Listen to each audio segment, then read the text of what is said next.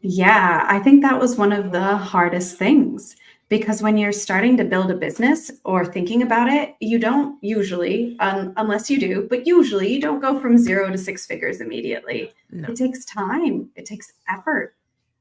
So I started by watching TEDx videos and watching other people's stories and proof that it was possible, and investing in different mentors and programs and deciding I'm gonna do this. It was really when my son Cedar was born, and he actually needed multiple open heart surgeries as a baby. It was the hardest time of my life. We didn't know he was going to need that. And his first open heart surgery, he was a month old. Oh my God. Yeah, it was gut wrenching, and it made me realize how precious time is.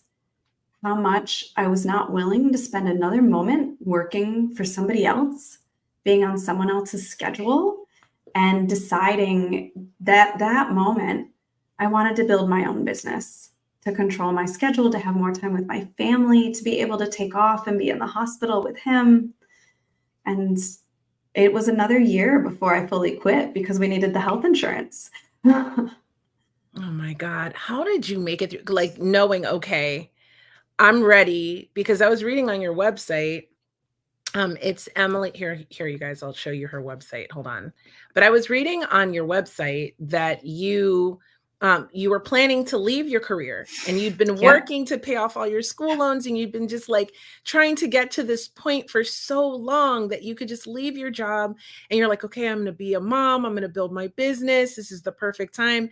And then, oh my God, you get the news that your baby needs a lot of surgeries. And without that health insurance, you'll be destroyed, like financially destroyed. Oh, absolutely. It would have been $500,000 Oh without my the God. insurance.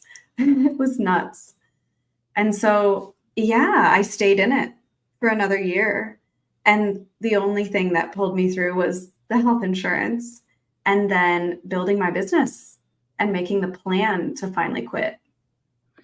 So you basically had a side hustle, right? But it Yeah. wasn't Oh, making money yet. absolutely. So you're like doing all the research, watching the TEDx talks. I love TEDx talks, by the way. They're the best. They're so good. Like doing all the research on the side, like creating your system and figuring Yeah. out how you're going to help people before you could even, so I imagine you're working like 12 to 16-hour days because you're working your 9 to 5, which is never 9 to 5 anymore. And then No. you are building your business and being a mom. I can't imagine how Yeah. exhausted you were that year.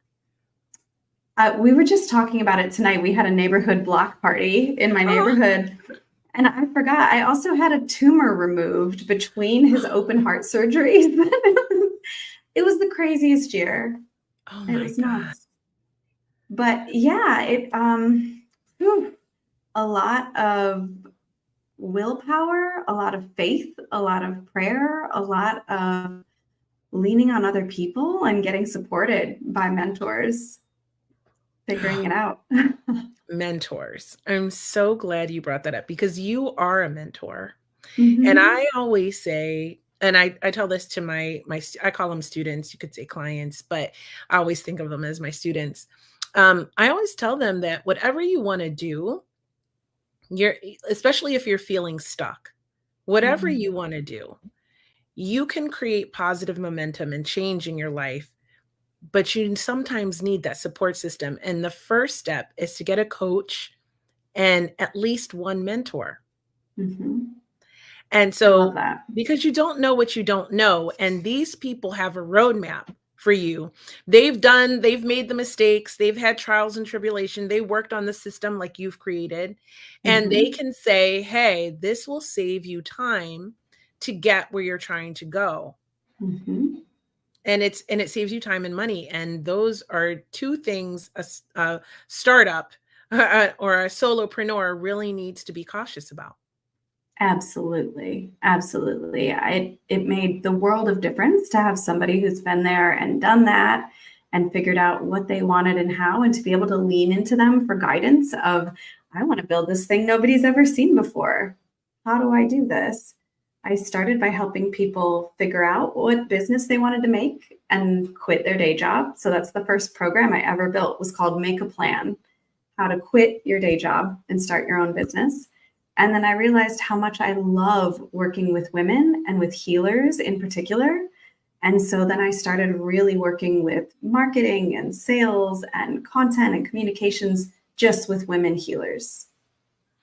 That's incredible. Sorry, male Thank you. healers. My audience is like 50% Right? male. But And I work with men one-on-one still. It do you? doesn't Okay. happen very often, but I'm absolutely open to that. Okay, Yeah. so you're in luck because I didn't think, I thought this was going to be a show for women, but it's not. It actually started as mostly males watched this That's awesome. podcast. And then the women started to come and watch it too. So now it's about 50-50 when I look at the data. And so I always like to include them if I can. But I mean, I just did do a show about perimenopause, but we did include them because we taught them how, if you haven't seen it, you have to go and to the Hot Topics Live page and look for it. But we taught men how to cope or how to help support a woman who is going through perimenopause, because most women don't even know what it is, let alone their partners. And it can cause divorces. Yeah, just absolutely. It can completely change both of your lives. So I love that you are open to meeting with male healers and to help them on a one-to-one basis. That's amazing. And I really love that you help moms too, because a lot of times when I was a stay-home mom, I had no idea what my next step was. I always knew that I wanted to have a business, and I always knew that I was going to go back to work one day, but I had no idea that my life was going to take this turn. And so it's incredible. I was always wondering, like, what do I do? How do I get started? And so if there are young moms at home thinking, okay, so let me preface this by saying being a stay-home mom is a very important job, and it should not ever be taken for granted or dismissed. And you should not ever feel less than. You should actually feel more than being a stay-home mom, especially if you have more than one kid. If you have more than one kid, even God bless your soul. Okay. So I will say that first as my disclaimer, and then I will tell you how incredibly miserable I was as a stay-home mom, because it was never my plan. There are so many women who are like, I just want to get married. I just want to have a family. I just want to take care of my kids, and that was not my plan. And I love my kids and I loved staying home with them. But I had to do a lot of things. Like I completed my master's degree while I was staying home. Like I had to have other things that I could do. I worked a part-time job, because my mind just didn't feel fulfilled. Yep. My heart felt fulfilled, but my mind did not feel fulfilled. And I think I said this on another podcast that shortly before my marriage split up, which was the catalyst for me going back to work and creating my business and doing the podcasting and everything that I do, I was wiping down the counters and I was like cleaning, and I just watched this Ali Wong Netflix special. And she's best. So funny. So funny. I felt so dragged because she was talking about, well, you'll have to go watch it, but she was talking about some stuff. I don't want to shade my ex-husband. And so I was cleaning the counters like for the third or fourth or fifth time that day, like cleaning. And I kept thinking to myself, I have 4 degrees, but I'm the maid. And I just felt so like I need a change in my life. And I didn't know that my marriage was going to split up. It was unexpected. But when it did, it was kind of one of the best things that ever happened to me, because I'm a single mom now. My kids live with me.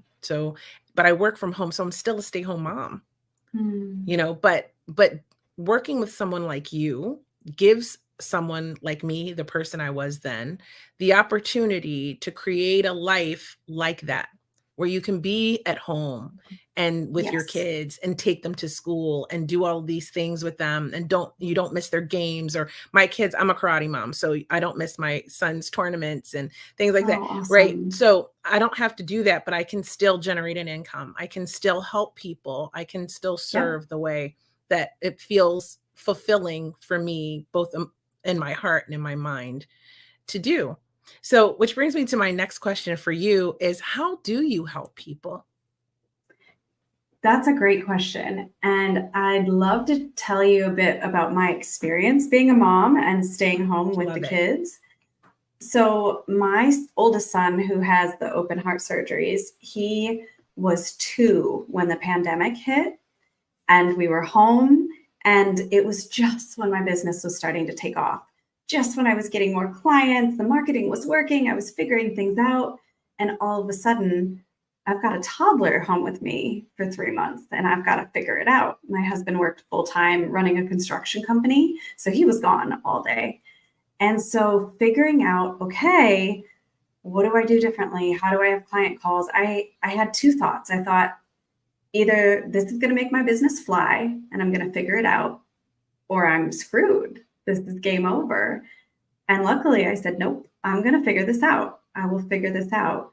And so I ended up, I will never forget, I have a picture of me pushing him in one of those little, we still have it, one of those little strollers that's like a car with the wheels, like pushing him through the mud so that he could play on a client call with my corded headphones to my iPhone. Like, okay, I'm going to take a client call and I'm going to play with my kid and we're going to figure this out.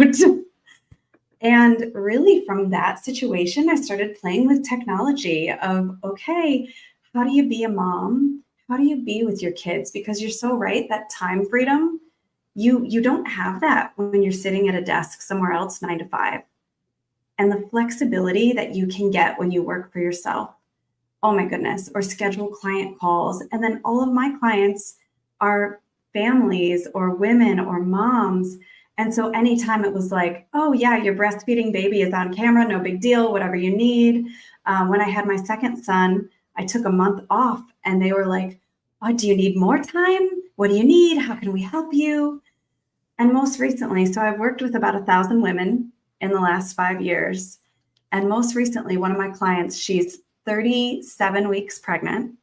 She has 4 other kids and she has a successful health coaching business. And working with me, she went from 0 income to making 3 to 5 grand a month. It's been Wow, that's really cool. incredible. So you're It's been great. seasoned. Okay. Yep. You're seasoned. We will Um, figure it out. yeah, and I love that, you're breastfeeding on Zoom and getting, Mhm. getting the information you need to build your business. I mean, it's possible. And I think a lot of it is mindset. People don't really know what's possible. And that's Yeah. why I think this environment, this self-study sort of environment that we're in, this digital Mm. landscape where people are realizing that I do not have to stay stuck. If I am feeling like my life is something's lacking, something's missing, or I just want more, there's so many people like myself and like yourself who are out here putting information out to help Mhm. people to become unstuck, to evolve, to grow, and to create